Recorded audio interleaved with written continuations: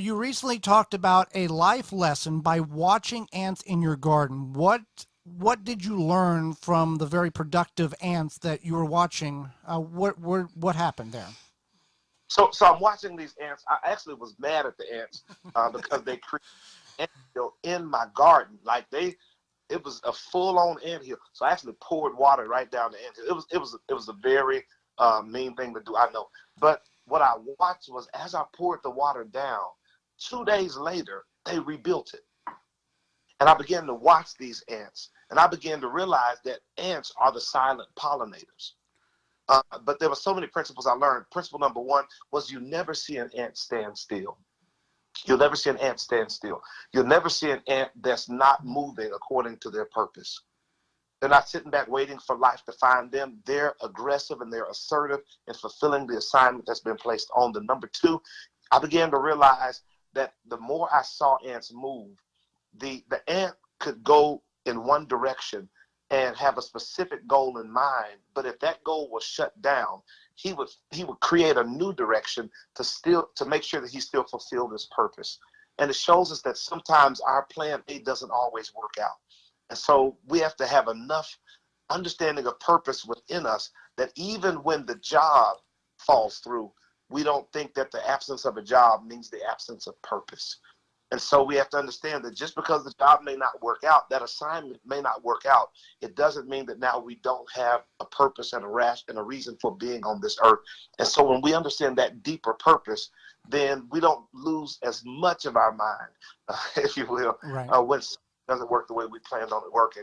And then the last principle I saw was, and if you've ever had ants in your house, you know that the reason I kill ants in my home is because ants bring their friends. But the way ants bring their friends is they as you know, they lay pheromones. Right. And they lay pheromones because they're thinking about the ants coming. And ants are so big on not only on not being the only ones who find what they're looking for, find the treasure, if you will, at the end of the path. They make room for those coming after them. And it just reminded me that whatever we do, wherever we're successful, we have a responsibility to carve a path for those who are coming behind us, to make sure that just as we're successful in the area, they have that same opportunity. So those are some of the lessons that the ants taught me. Well, and you spoke about you poured water and the ants rebuilt. It's kind of like in life when one door closes, another door will open, and if there's not a door, God will provide you wood to build a door, and then He'll open it and give you another pathway to go down the road that He wants you to. Yes, sir. Yes, sir. And I learned that. I'll share one brief story if it's okay. Yes, go ahead. The greatest lesson I learned in the garden was never build it once if you're not willing to build it twice. The first year gardening, a person came and vandalized the garden.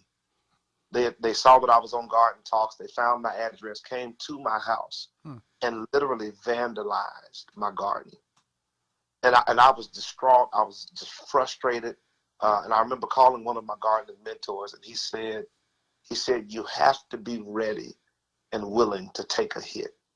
He said, inevitably, when you grow something, whenever you start a garden, something will happen to it, whether it's a storm, whether it's an animal eating it all up, whether it's a hornworm coming in and tearing up all of your crops. He says, if you're going to build it once, be prepared to build it again. And I hope that's a word of encouragement for some who give it their all and they see it all fall through. And you just have to know that if you're going to do it, before you begin the first time, make sure you're ready to not only build, but to rebuild. And you'll find out that sometimes the devastation of the first garden is to teach you lessons to do the second one, even to make the second garden even greater than the first one was.